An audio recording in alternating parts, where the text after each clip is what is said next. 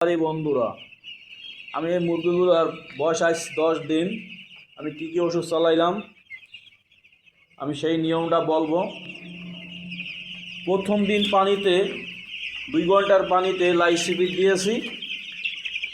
লাইসিপিডের পর আমি 2+ সেপন দিয়েছি এবং রাত্রে সেপন নেপ্রোকেয়ার এভাবে করে 4 দিন। 4 দিনের দিন রাত্রে 83 পানি দিয়েছি। পরের দিন 5 দিনের দিন সারাদিন সাদা পানি, রাত্রে ভ্যাকসিন করে আবার একই নিয়ম 83 দিয়েছি।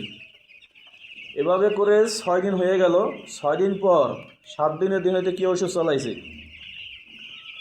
ভোরবেলা থায়ামিন বা বিভিন্ন নামে পাওয়া যায়, দুপুরবেলা ক্যালসিয়াম, রাত্রের বেলা রেনাডব্লিউএস। এভাবে করে এই 10 দিনের ওষুধের কথা বললাম। কাল থেকে আবার নতুন ওষুধ চলবে, কাল থেকে আবার নতুনভাবে আপনাদের জানাবো এবং 10 দিন ভিডিও দেব। আমরা এই সিটটি অবলম্বন করলে মুরগি পালবেন, ইনশাল্লাহ কোনো সমস্যা হবে না। দেখেন মুরগিগুলো এক সাইজ, কোনো ছোট বড় নাই।